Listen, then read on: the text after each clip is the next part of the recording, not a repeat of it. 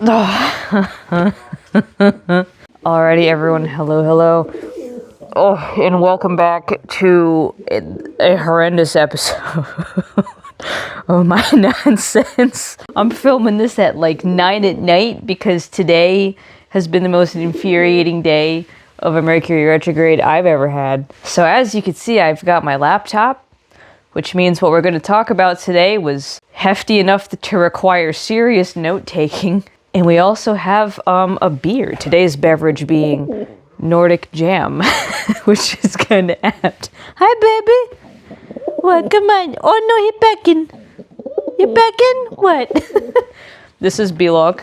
He's also been quite a bunch the entire time this past week. So both of us are in rare form. And when you have a day of being in rare form, as a Virgo Mercury during a Mercury retrograde and a Virgo Sun, it means it's time to engage in my favorite pastime called beating people with the stick of academia. And today's stick of academia has the words Easter and Ostara written on it, and we sure are going to get into it. Before I get into all that though, hello, my name is Sara Rastres, and I am a Christian witch, a content creator, a writer, and educator, and very specifically, a writer of these two books right here, Discovering and Discerning Christian Witchcraft, the beginner and intermediate guides to understanding exactly how the frig I'm putting Christian and witch in the same sentence. To put it bluntly. First book talks about the how this is possible, right? You know, exegeting the Bible properly and getting into some history and some folklore and you know, kind of breaking down how witchcraft as we know it today is not the thing the Bible is even talking about, all those kinds of details. Book 2 is about the mystic journey, which if you are a Christian witch long enough, you're no doubt going to end up undertaking in some form. So if that's interesting to you, by all means go ahead and check those out. If you're not ready to go grab a book just yet though, that's okay. We post videos like this every single Friday, and all you gotta do is like this video, subscribe, and ring the bell so you can catch up and be here when they drop every week. And if you do want to pitch a little support my way and also get these videos 2 weeks early and ad-free, go ahead and head over to my Patreon where I post these videos there and a lot of other stuff.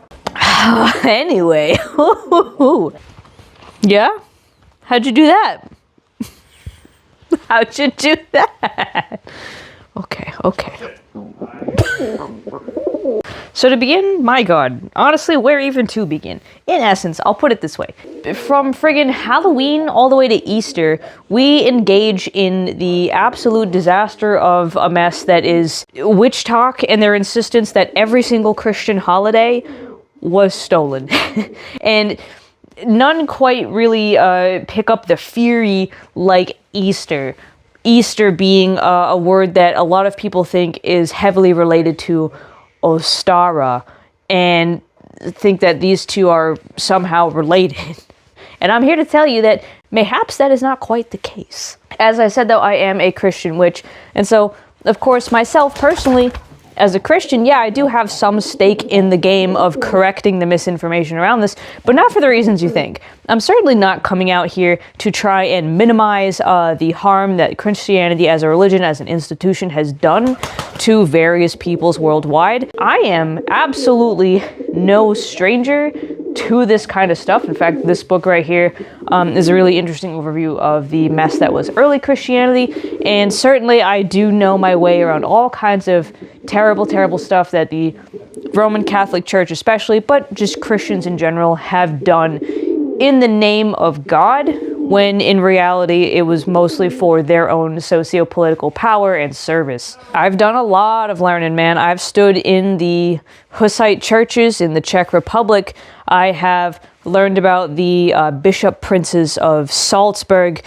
I have done all these things directly in-house in those museums, stood in those places, witnessed, learned a lot, and got a lot of sympathy for the Protestant Reformation.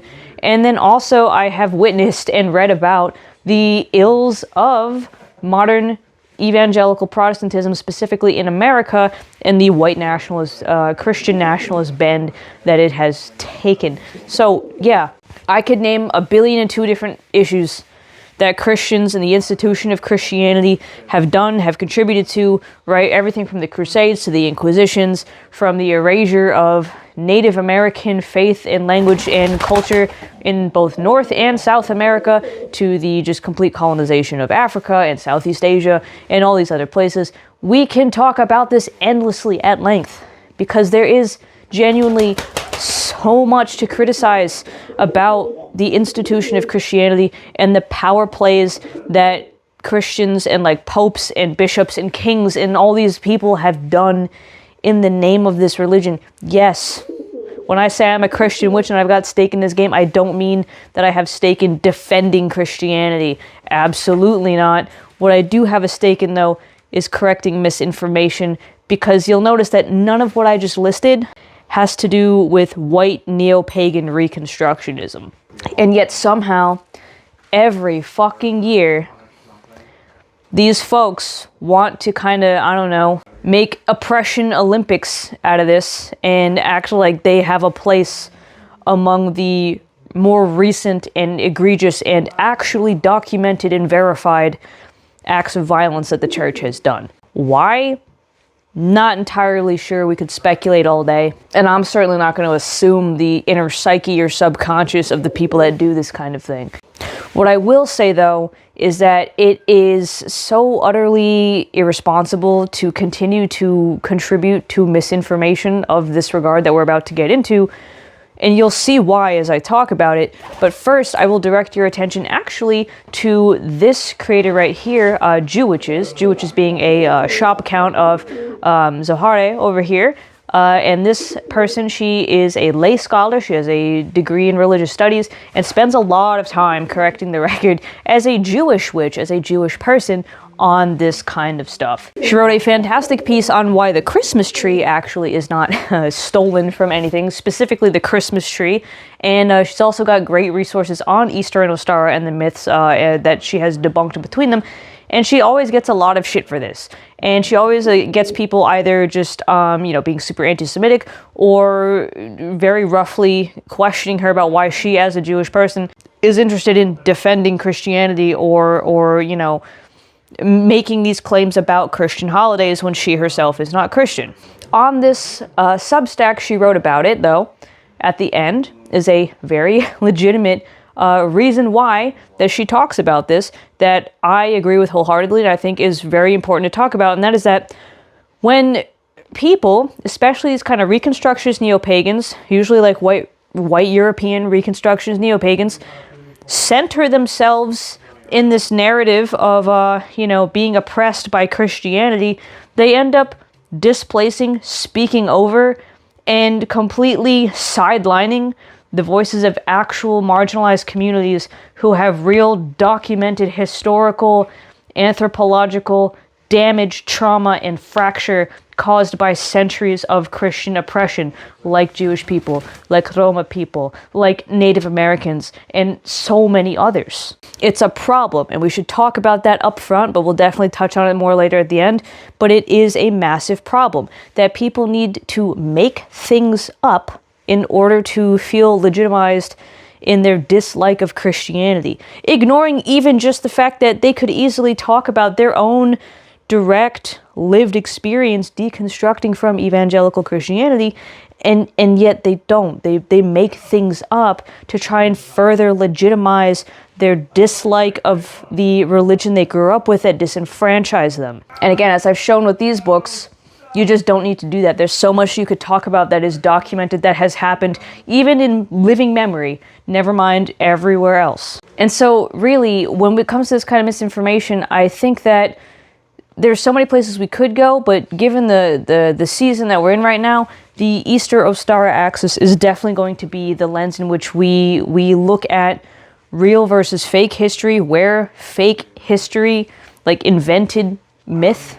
about certain cultures and religions and holidays, can go, and why, again, it's important that we don't do this. You've already gotten a little snapshot of my why we shouldn't now, but hopefully all the stuff I just said will become much clearer to you as I explain why Easter is not stolen from Ostara. Also, definitely go check out Jewitch's. Again, fantastic account. Such good information on, Instagram, TikTok, Substack, all these places. Great stuff that, because she too understands the importance of academic scholastic research, also does have quite a few sources at the end, many of which that I read myself and am using to inform my position here in this video. I will link all of my sources, including Jewitch's Substack about this, in the description if you want to read them yourself, so definitely go check those out. To that end, though, we do have to probably start with some context about what the hell we're talking about, and for that we need to understand what exactly Easter is, where it actually came from, when it came from, and the actual, inspiration of this Christian holiday.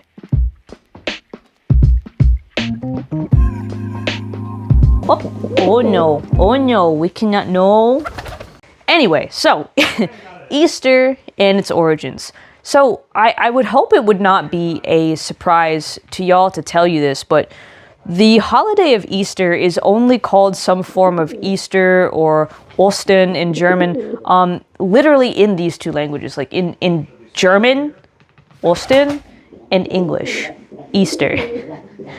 In pretty much any other language you could find, even other languages around Germany, in Danish of Denmark and in Dutch of the Netherlands, it is called some form of Passover, some form of Pascha, or, Påska in Danish, or anything like that. Like, these kinds of words are coming up, and they're coming out of basically the Aramaic word Pesach, which is that word for Passover. You get a couple other exceptions that have nothing to do with either Easter or Passover, and those are usually languages like my people's, moje ľudia, the Slovenians, who in Slovenian, Easter is literally just called Veliko noč, which means big night. Great, right? Silly things like that. But otherwise, it's called some form of Passover because it closely follows Passover, the Jewish festival that commemorates, the story of Exodus. So, right, in Judaism, we have this kind of festival that starts around the 14th or 15th day of the Jewish month of Nisan. This month is the first month of the Jewish calendar, and it starts right here during basically the springtime, which to me makes me think also of say Persian Nowruz, which is the New Year festival that happens in the spring, right? This area seems to kind of have that thing going on, and likely there was something going on before the Exodus story came about. There probably was some pastoral rite in this area before Judaism, but now you're going back 4,000 plus years, and it's just hard to know anything what the hell is going on that far. Nonetheless, in Judaism, this became a holiday about the Exodus story, about, when they had to flee Egypt from the Pharaoh, get out of slavery, when they had to leave all of their leavened bread and their leaven in general behind. And so Passover is actually not a one-day thing. It's actually several days. There's several days of fasting and cleaning the house of any kind of yeast leading up to the day. Then there is a sit-down meal, the telling of the story, all that kind of stuff. I had the privilege of being invited to a Jewish Passover meal once. It was very interesting. There was very specific foods on the table. There was these little kind of booklets to help everyone get the story. Everyone took turns reading bits of it, drinking wine at certain times. It's a Jewish holiday with a lot of history behind it and a lot of ways of celebration. And the Christian festival of Easter follows that because canonically in the Gospels it was thought that Jesus's last meal, it's written there, Jesus's last meal was the Passover meal. So naturally, the story of Exodus for Jewish people with this holiday also becomes a parallel cognate in Christian celebration with the story of Jesus, with his death and resurrection. And so, when we think about Passover and also Easter, you'll notice that neither of these festivals ever happen on the same day of the Gregorian calendar. And that's because that Jewish month of Nisan, that first month out of 12 or 13 in the Jewish calendar, it's the first month of a lunisolar calendar. The first of the month is thought to be on the new moon in the Jewish calendar. Like, it's the new moon. That's when the first day of each month is. So because it's on a lunar cycle, right? Sometimes there are 13 moons.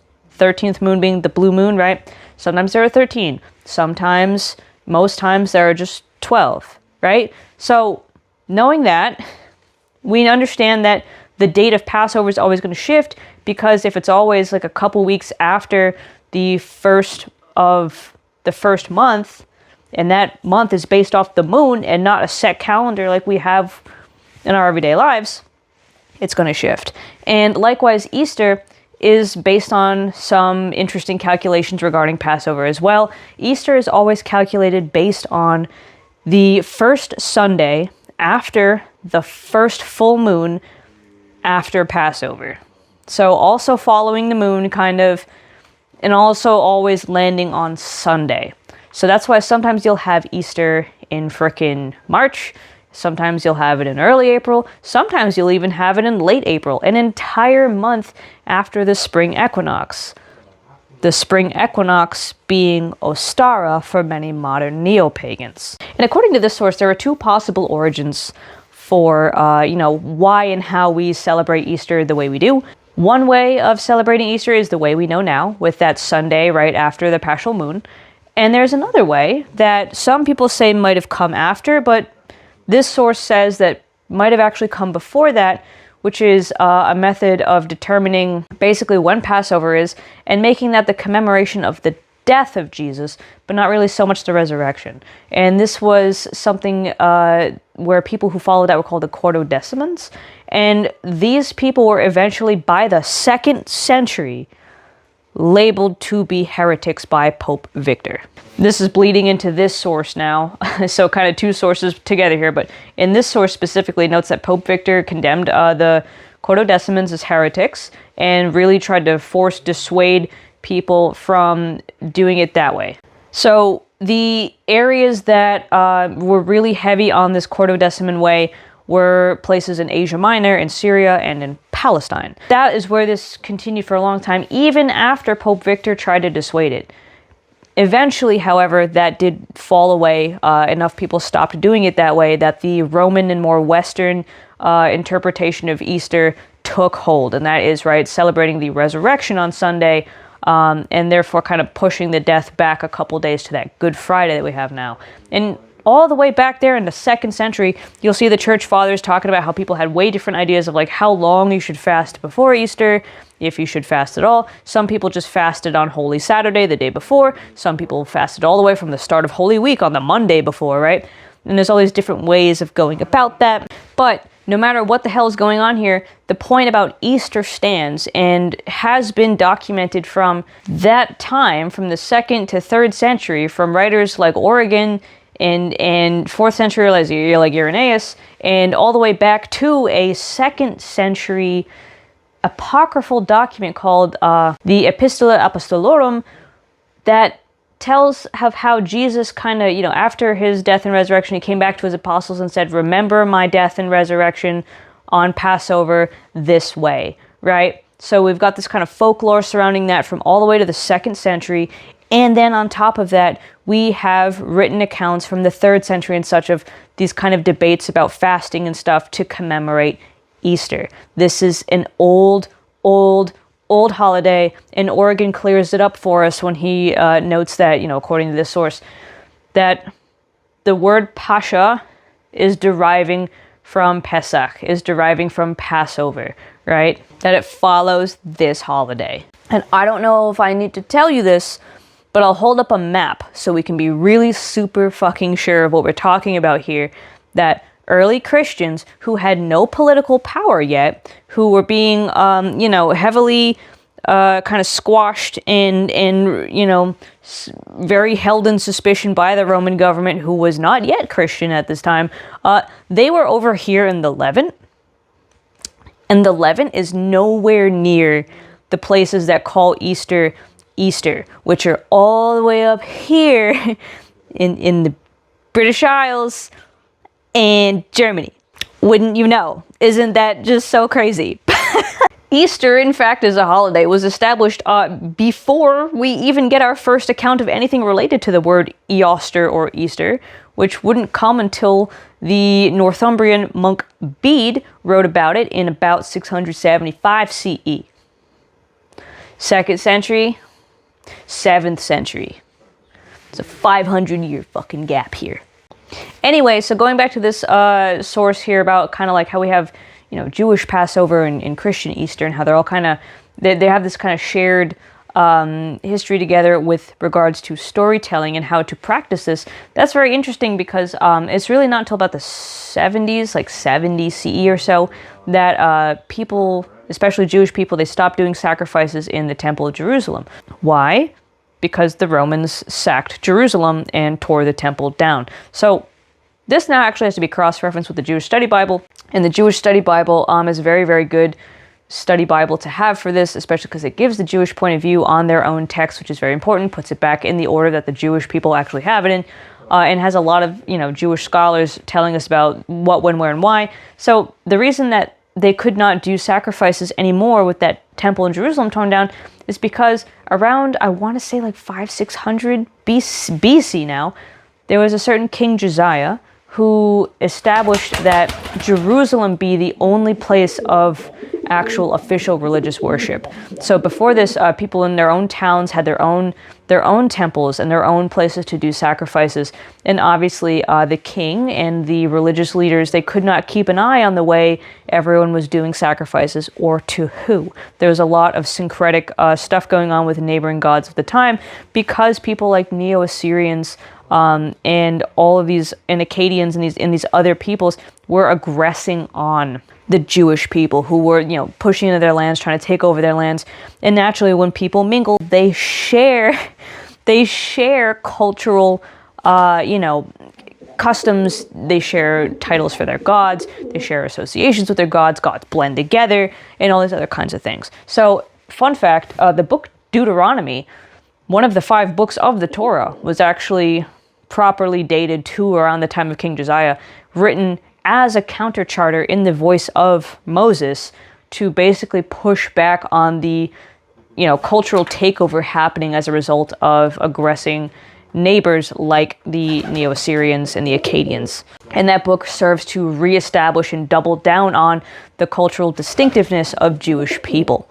So with King Josiah setting up that only sacrifices in the temple in Jerusalem were valid, and the temple in Jerusalem being torn down, effectively there's no way to do temple sacrifice anymore. There's no way. So now Jewish people will have to figure out a new way of observing this time and still participating in the culture and customs of their people and the religious, law of their people. And so this is kind of where we get that Passover meal. And not right away, but eventually over time, it would come that the story of Exodus would be told through the whole night. And likewise, as Christians branched off and slowly stopped seeing themselves as Jewish people and started seeing themselves, especially with more and more Gentile converts, as Christians, separately, they would also tell the story of the death and resurrection of Christ. And there's kind of a one-to-one Passover. Because again, Jesus, in the Gospel of John, in the first letter of the Corinthians, Jesus is set up to be the Paschal Lamb. He is the Lamb of God. And it's through his sacrifice that we don't need to do sacrifices ever at all anymore. We are forever redeemed because of Jesus on the cross. So, to recap, Easter, been around for basically forever.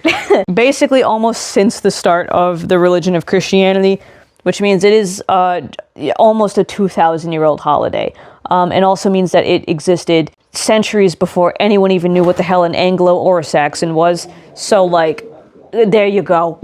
It's based off the Jewish festival of Passover because Jesus was Jewish, because Christianity stems directly out of Judaism, and because the first Christians were actually still largely Jewish and still thought of themselves as Jewish. Great. Now that we've covered that, we now need to talk about where the fuck Ostara comes from in that regard.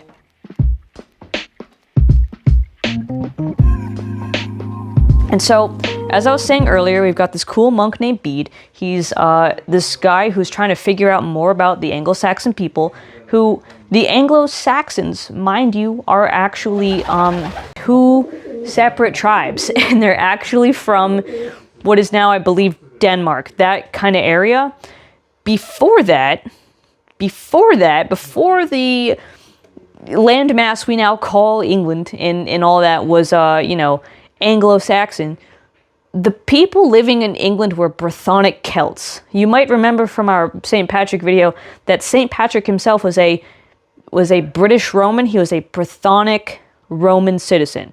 He was a Brythonic Celt. He was not an Anglo-Saxon. That's important because before that, the Brythonic Celts, they were also speaking a kind of more Celtic language.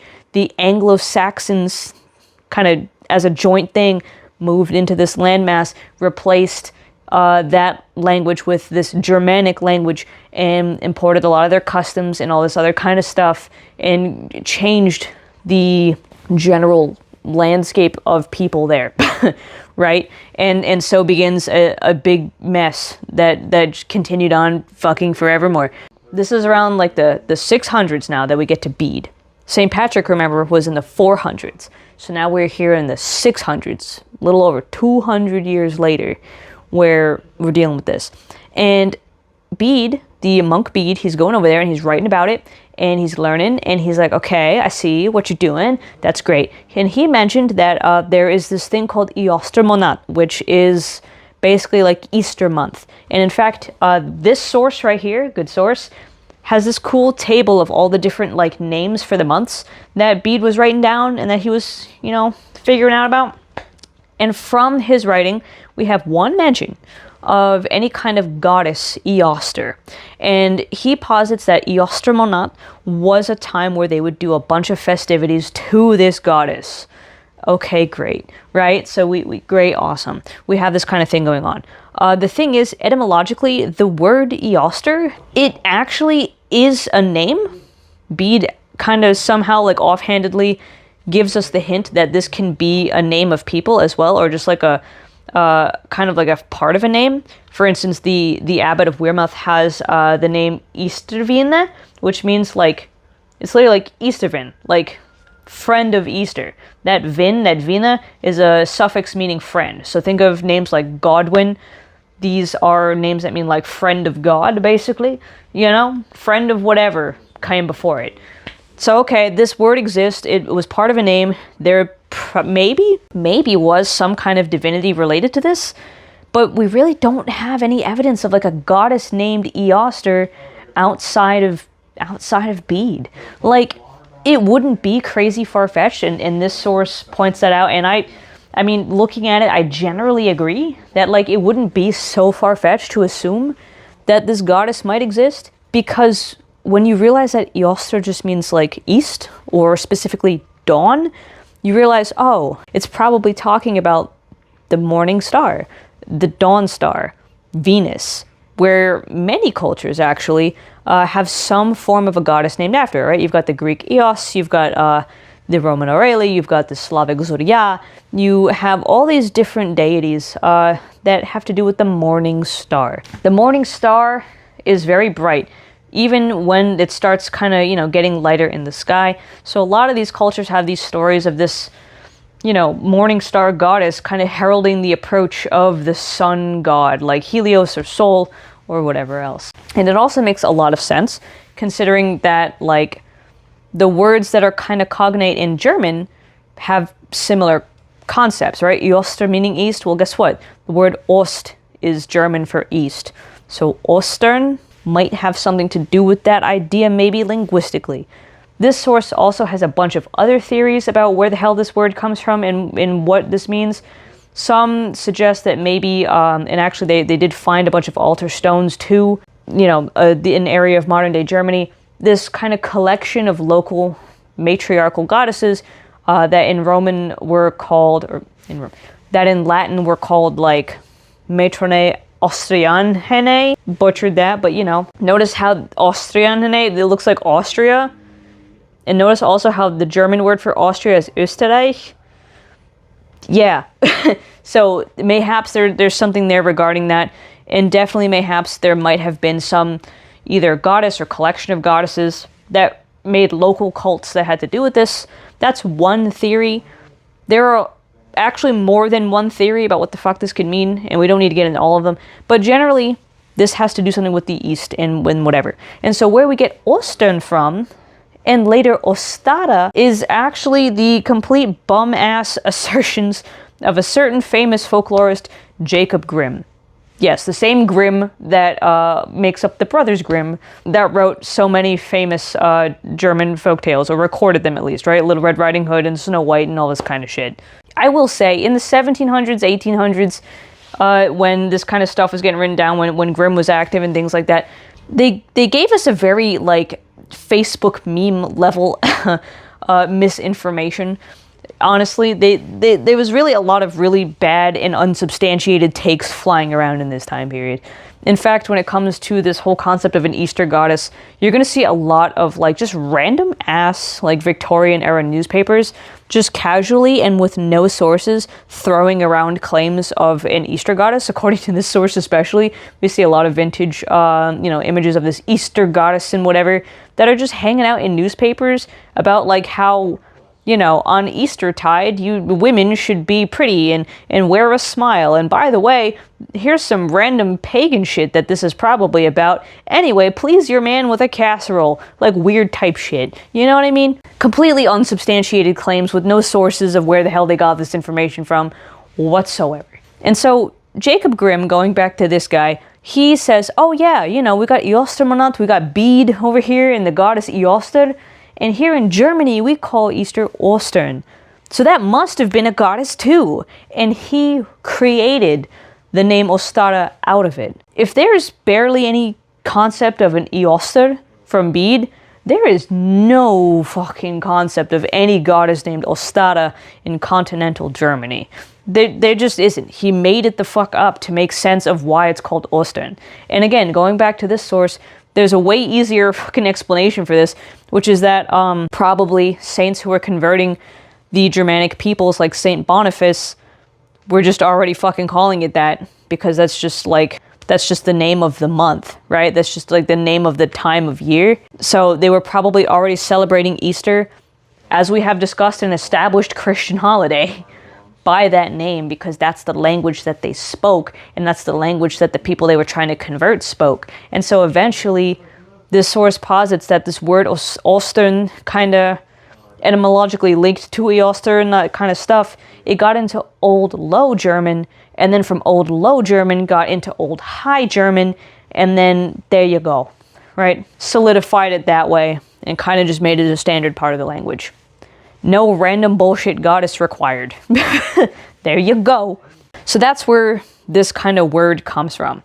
Maybe there was a goddess, maybe not. Doesn't really matter, because it doesn't have any fucking bearing on the fact that Easter or Pax or Pascha or Velikonoc or any of the other fucking names for it really didn't have dick to do with this one tribe of people out and wherever the fuck. You know what I mean? But wait, Sarah, what about the Easter Bunny? Wait, but Sarah, what about Easter eggs? Oh, I'm so fucking glad you asked, because this source also goes over that.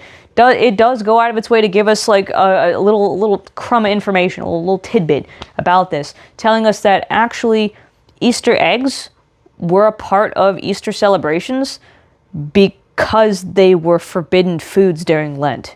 So I'm on a very Catholic fast, a modern Catholic fast right now with my Lenten stuff. And that means that only on Fridays do I abstain from only red meat. This is baby shit compared to what Christians used to do. And what many Christians, like Orthodox Christians, still do. And that is have a completely vegan diet from day 1 of Lent to day 40 of Lent. And in this time, they ate no dairy, no eggs, no fish, no meat, no nothing.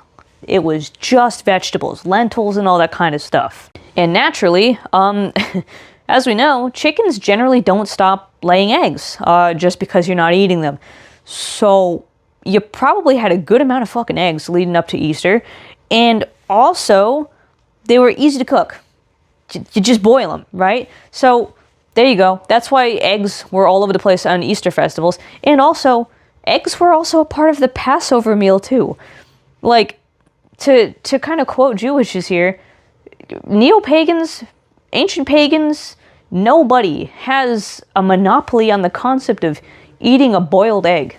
Do you see how when you say it out loud, it sounds kind of silly? The idea that Christians would have to steal the concept of eggs from pagans when literally any human being who's ever owned a chicken or an egg-laying animal is going to have a fucking egg. Hello? Not only that, but there is also a lot of Christian mythos and Christian symbolism around eggs as well. There's actually an old folktale that, like, the reason people color Easter eggs, for Easter is because there is a story of Mary Magdalene going to Emperor Tiberius. And Mary Magdalene said, hey, Jesus came back, he rose from the dead. And the emperor said, bullshit my ass, this egg on the table is going to turn red before I believe that's true.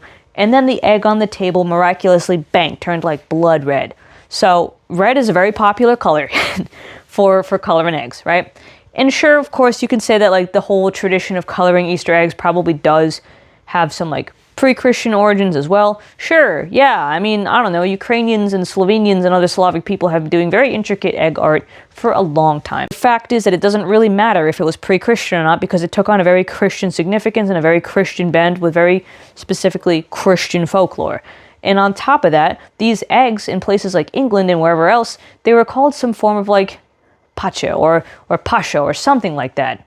And you can even see it in the Slavic words, the pisanke, the pirhe, right? They're named some kind of form of Passover because they were something that was done to anticipate and prepare for Easter, and then also done to give as gifts. People would give these colored eggs as gifts. In fact, even in Poland, according to this book, you could color eggs and give them to people, and it would actually be pretty rough if, for instance, a boy gave this colored egg to a girl and she refused it, because boys were not allowed to color eggs. In Poland and in Polish folk magic, boys were not allowed to color eggs. Men were not even allowed to be in the room when women were coloring eggs. So if a boy was to have an egg, it was because his mother or his sister gave it to him to give to someone he wanted to marry. So if that girl or her family refused it, it was basically saying like, nope, you're never gonna get married.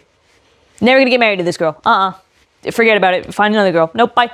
So, it had a very kind of like importance culturally, folklorically, and all these other kinds of things. But like, they clearly were linked for a long time with the Christian understanding of Easter. So there's that. But later on, right, they would eventually be made into toys, or they would just be egg-shaped toys. And then eventually after that, they would start making little cardboard eggs that they would fill with all kinds of treats, which eventually gave rise to these plastic things that we now, crack open and fill with all kinds of chocolate and stuff to like kids go hunt around for in the yard. And speaking of hunting for eggs in the yard, right, they would do that too. They'd hide these colorful eggs out in the yard. And so eventually we get some concept of an Easter bunny popping up, the Easter hare. This is a pretty modern thing comparatively in world history. It's not some ancient pagan thing. This bunk-ass story of Eoster turning a fucking frozen bird into a rabbit to lay eggs that people came up with, again, with bad art anthropology in like the Victorian era and whatever. That's not necessarily how it went. This source again posits that probably because, rabbit nests look a lot like lapwing nests that had eggs in them at this time, because you'd only see these two animals in spring around here, people might have just started saying that the rabbit laid the eggs, especially to explain the colorful eggs they were sending their kids to go find in the yard. But that's generally the gist of it. So if I look at my notes here, Georg Frank von Frankenau, professor of medicine from Heidelberg, wrote a book detailing this custom that was really only in a certain southwest part of Germany. Just like the Christmas tree, this was not widespread. This was not something that was done all over Germany, never mind all over like northwestern Europe. The reason that anyone knows about the Easter bunny or the Easter hare or whatever is because eventually this custom got imported to England and picked up by, the Victorians and their love of just commercializing shit, where they started making like, Easter cards and Easter candies and all this kind of stuff. And also it got brought over by certain German immigrants to America, where then the Easter bunny got popular. So Georg over here is writing about how from 1678 we have mention of this. And I don't know how to tell you this, but that is not very long ago. That definitely isn't as long ago as even Bede. And it's certainly a good over 1,500 years after Easter as a Christian holiday came about. So let's consider that, right? The two major things, the bunnies and the eggs, don't necessarily have anything to do with specifically Northwestern ancient paganism, because there is not a goddamn group of people alive who has a monopoly on rabbits and eggs. There's even Christian symbolism for fucking rabbits, okay? Like, listen, in Christian mythos, rabbits are associated with the Virgin Mary because they're thought to be always pregnant. They're thought to always be able to be pregnant. And in fact, we did find out that like a rabbit can get pregnant with a second litter while still pregnant with the first. So that's probably why. And, Virgin Mary, operative word virgin, she had Jesus without like doing the deed. So like, 2 + 2 = 4 type of thing. That's why the bunny became a symbol of the Virgin Mary, who kind of plays an important part in the gospel story for what I hope are obvious reasons.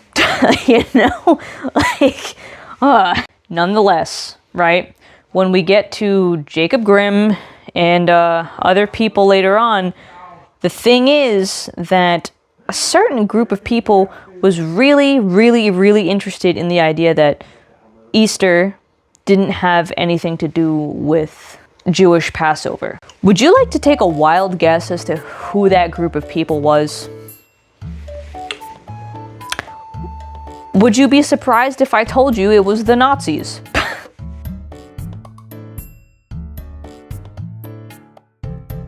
So, I gotta be so real. This is where shit gets really real really fast.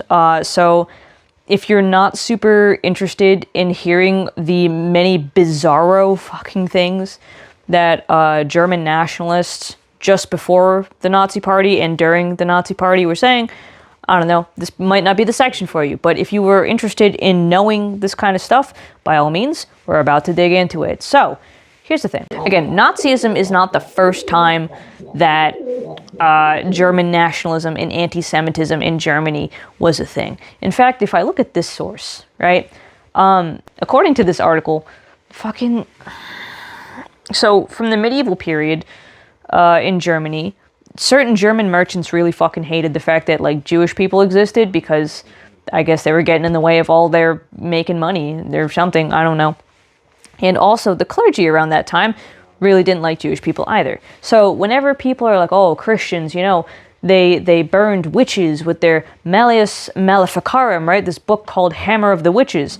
Well, that book, Hammer of the Witches, was actually based on an earlier book, a couple decades earlier, called Malleus Judaeorum, Hammer of the Jews. And it's this book that gives us a bunch of fucking insane nonsense about Jewish people. The idea that, Jewish people are drinking the blood of Christian children as part of their religious rites, which is what blood libel is.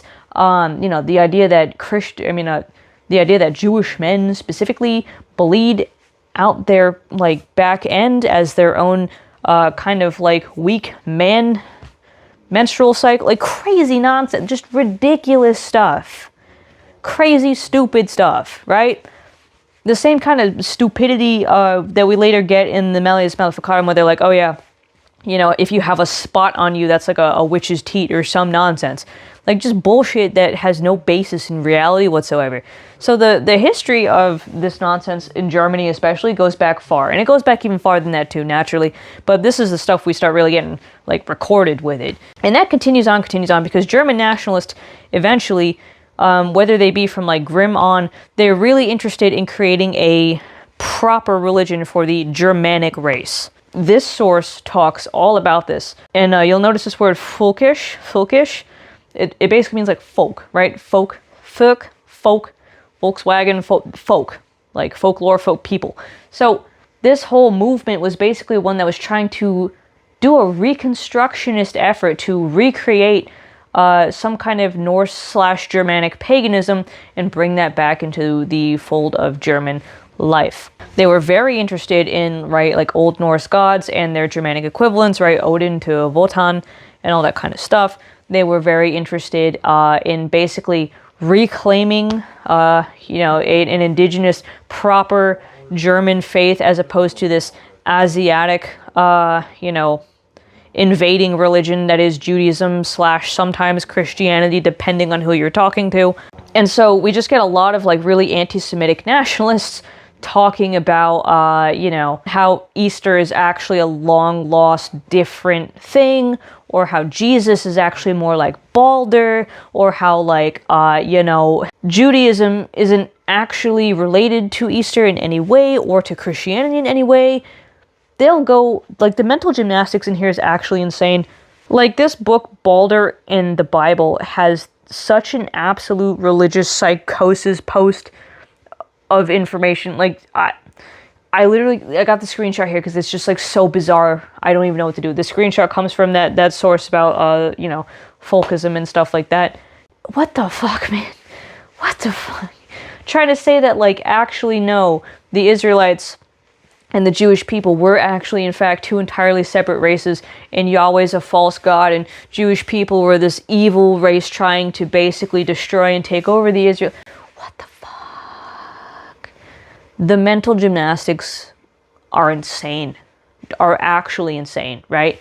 But this kind of stuff that was fomenting leading up to the Nazi party taking power. And one thing of serious note is that one guy, I believe Lance Liebenfels, this guy, he was the one who started a right-wing nationalist publication called Ostara in Austria.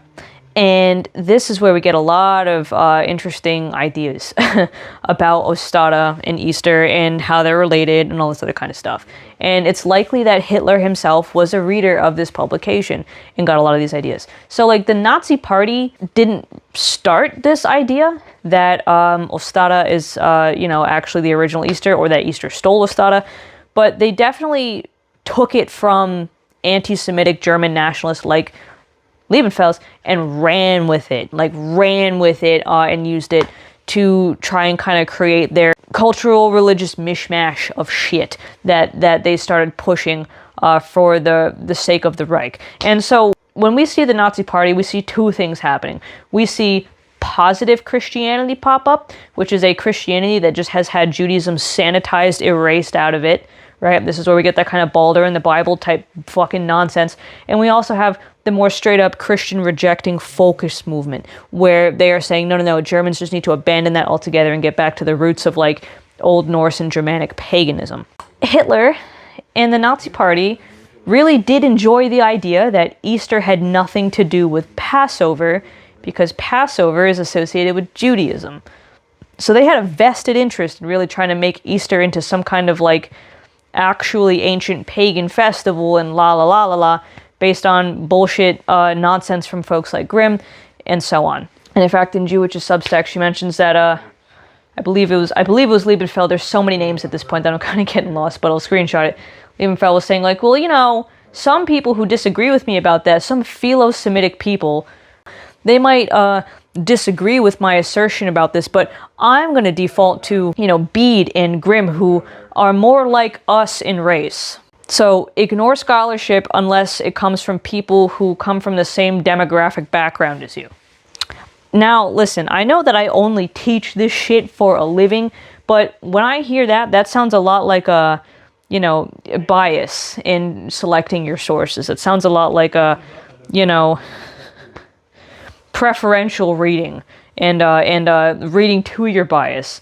Selective reasoning type of shit. So that whole thing is super fucking insane. Like, honestly, this article, batshit. Like, reading this had me, like, I wasn't even sure what to do with myself, because I was like, how the fuck, how do we get here? How do we say this kind of insane shit that these people were saying with a straight face? Like, how do we just make this level of nonsense up? I don't know, but that's what they did. And so now when you've got people uncritically repeating these ideas that fucking Easter's stolen from Ostara, it's like, hey, do you know that you're actually kind of accidentally repeating stuff that's very helpful to, like, the literal Nazis and now also neo-Nazis? And that last point brings us back to the beginning, which is what I was saying before.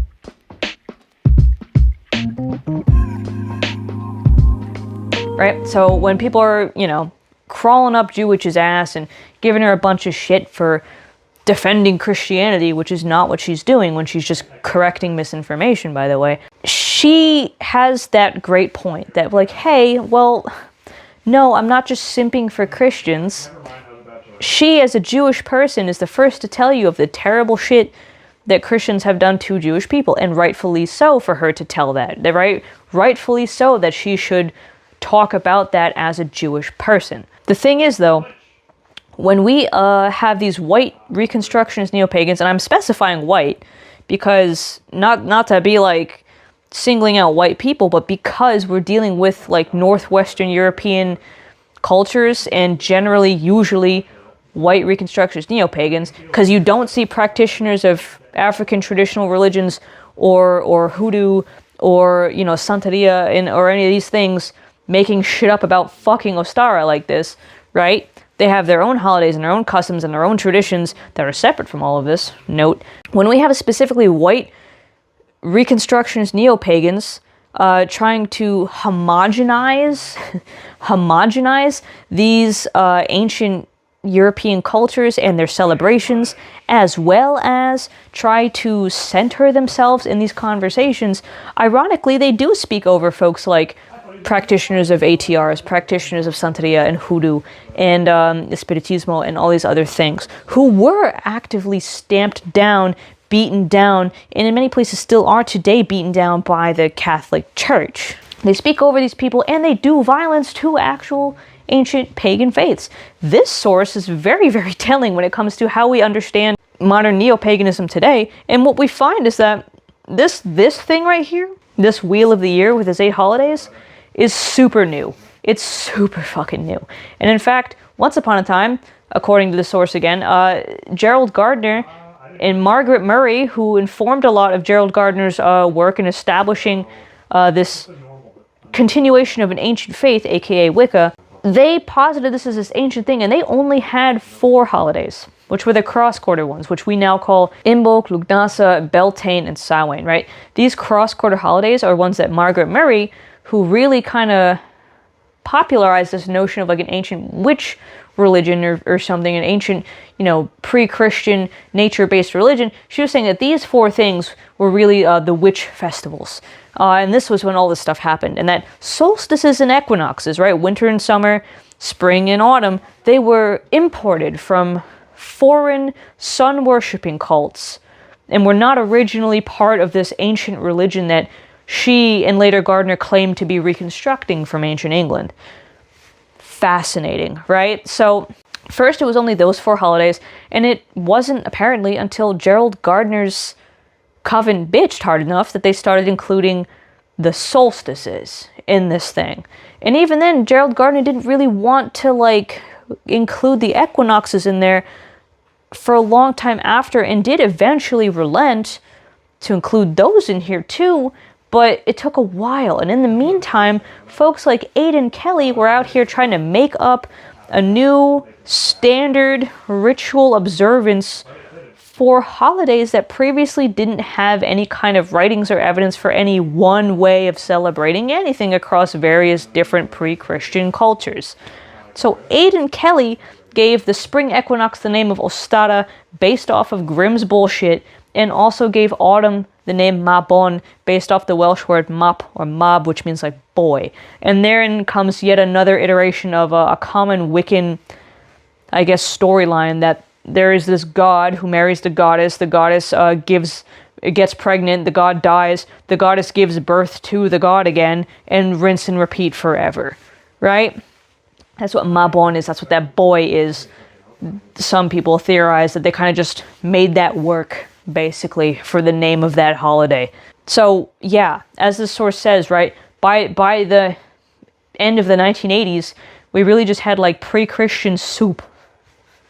People didn't really know what the hell was going on. They just knew that generally pre-Christian culture, TM, like widespread, as if it's a monoculture, had this similar way of doing stuff, when we know that actually that's not true, and that many different pre-Christian nations, from Rome to, you know, Scandinavia to all these places, had different names for their festivals, different ways of celebrating it, different connotations, differences in how they decorated, right? If we look at the Norse, they're using greenery. If we look at the Slavs, they thought that was bad luck. They only decorated with wheat. In fact, this in my hand is a Ukrainian diduch. you will see that it is not made out of evergreen. It's made out of wheat and wheat berries. And this represented the ancestors for Slavic pagans. This was what the house was decorated with, this kind of stuff. Not evergreen, not pine tree, not any of that stuff, no Christmas trees, no nothing, because evergreen in the house was thought to be bad luck. The Slavic people for the winter solstice decorated with wheat, not evergreen. These things are not one big hodgepodge monoculture. And so when specifically white neo-pagan reconstructionists go out of their way to center themselves in these conversations, to make every Christian holiday about them with myth of stuff that didn't actually happen, what we get are people who are more interested in their own sense of victimhood than actually doing right by literally anybody. Because they're not doing right by people who actually, were shit on by, in more recent memory, by the Catholic Church. They're not interested in doing right by the actual cultures they claim to be honoring and celebrating with. They're not doing right by anybody, and they're certainly not doing right by people like Jewishes and Jewish people in general. Jewish people who, on Easter Day, were met with more anti-Semitic violence than usual. And so, as I said in the beginning, if we want to criticize the many stupid things that Christian people and Christianity as an institution has done to, pre-Christian folks, to, native faiths and religions, we totally can. And there's definitely something to be said for, European pre-Christian religion dealing with Christianity as well. Although the thing about that, again, is that it's just not as wholesale violent as what happened literally 1,000 years later in Africa and the Americas and so on, when Christianity was more a unified colonizing force. Back before that, it was a lot of politics and a lot of, tribal feuding between different peoples, right? The Franks and the Romans and all this kind of stuff. Very different. Still not great, right? My own people, the Slovenians, had to deal with Charlemagne, who tried to convert them first and later just forcibly invaded them under the pretext of advancing Christendom, but really just because he wanted access to the Adriatic, as one example. So, that kind of stuff, yeah, of course it happened, but not the same way, not for the same reasons, and certainly not widespread like this, and certainly not two cultures who were all some kind of monolith in the way they practiced and understood their own religion and festivals. It's natural to want to, be righteously indignant at the erasure of culture and stuff, but the problem is these, again, specifically white Reconstructionist neo-pagans, they never seem to really be that incensed and indignant over the destruction of Indian faith and custom, African, and I say African, but obviously there's just many, many, many countries in Africa this happened to, right?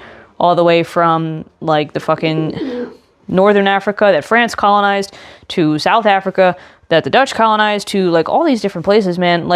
I say Africa not because I think Africa is a country. I say Africa because there are literally 1 billion countries in Africa that this happened to. But nonetheless, right? Southeast Asia, the Philippines and all this kind of stuff. We have the Americas, North and South America, and all the countries there. All of these places dealt with this and are still dealing with the repercussions and the ramifications of it, which is why it's so frustrating that people are making things up. Let me make it clear. Making things up to be mad about, rather than just being mad about the verified atrocities we already have on record. To do something like that suggests that you don't care about injustice, you just want to be included among the victims. What the fuck? Why would you want that? Again, we could speculate about that all day long, but the reality is that this need to invent myth, Christmas was stolen, Halloween was stolen, Easter was stolen, and if we can't say it was stolen, then actually you're just still not allowed to like it, because like with St. Patrick's Day, you must be celebrating a bad person who killed pagans. It seems that you're just not allowed, in a Christian context, you're not allowed to have anything, not because any of this stuff actually happened, not because any of this stuff is actually true, but because these specific people really want to be included in oppression Olympics that they keep trying to make this into. It's ridiculous. It's so ridiculous. It's so juvenile. It's so stupid. It's so stupid that in the year of our Lord, 2026, these people still don't understand how syncretism works. They don't understand that cultures will learn from one another and share with one another. They don't understand that people who were pagan yesterday and freshly converted Christians today are still going to participate in cultural customs like decorating with greenery, like bobbing for apples, and all these other things. That a lot of the stuff we associate with holidays like Halloween are very specific to certain cultures like Ireland and don't have any transference in any other culture in continental Europe, and so on and so forth. They don't understand the nuance, the cultural crossovers, the sharing, the growth, the borders, the different languages, they don't understand any of how actual people and culture and religion develop. Instead, they'd rather invent a whole new set of mythos and rewrite history to serve their very narrow black and white understanding of how this shit goes down. And there's nothing more infuriating to me than that, than to not only lying and making shit up and refusing to understand facts, but then also using that as a way to basically exalt oneself as a victim over actual living, breathing victims and descendants of victims of legitimate, well-documented religious violence done by the church. I don't know, man. It's insanity to me. It really is. It's insanity the lengths people will go to do everything except the right thing. To do everything to make themselves feel better at the expense of everyone else. I think that's what really bothers me the most, is that it's just like, you don't have to lie. You don't have to make things up and spread misinformation to justify your dislike of this religion. Again, talk about what you actually went through in modern Christian nationalist mess in America. Talk about what your family went through. Like, we can talk about the sins of the church in Ireland. There's a lot of very much more recent sins of the church in Ireland you can talk about that don't require you to go make random shit up about Halloween. There's so much you could talk about, but here's the thing, talking about that stuff is hard now, isn't it? Then it stops being something you could feel like a victim about, because chances are, more often than not, a lot of the white Reconstructionist neo-pagans, their ancestors weren't a victim of the shit they made up, but rather were an active accomplice to the stuff the church did do, right? Culturally, accusing people of witchcraft and, beating down their neighbors for being Protestant instead of Catholic, or Catholic instead of Protestant, and whatever the fuck have you. All of these ancestors of Puritans and, the first settlers of America now turning around and saying, well, the Christians, they erased all these holidays. Well, your ancestors were the ones that were out there destroying the cultures of Native Americans. And that wasn't even the Catholic Church. That was the fucking Puritans who branched off from the Church of England, who branched off from the Catholic Church. It's a bit messier in real life, isn't it? It's not as clean. It's not as easy to put yourself on one side or the other of, And I think that's a large part of why people don't want to touch that. Because then suddenly they're not so clearly defined as the underdog anymore. And that's a hard place to sit psychologically for a lot of people. To acknowledge that kind of privilege, to acknowledge, the fact that, things aren't that simple, and things aren't so neatly defined like that. And really hard to acknowledge that, again, their lineage probably played a part more likely than suffered as a result of, right? So, a lot of sticky psychological stuff in there, but the be-all, end-all of it is that, very simply, guys, when you make up nonsense about holidays out of bitterness, out of anger, out of whatever it is, you just do more harm.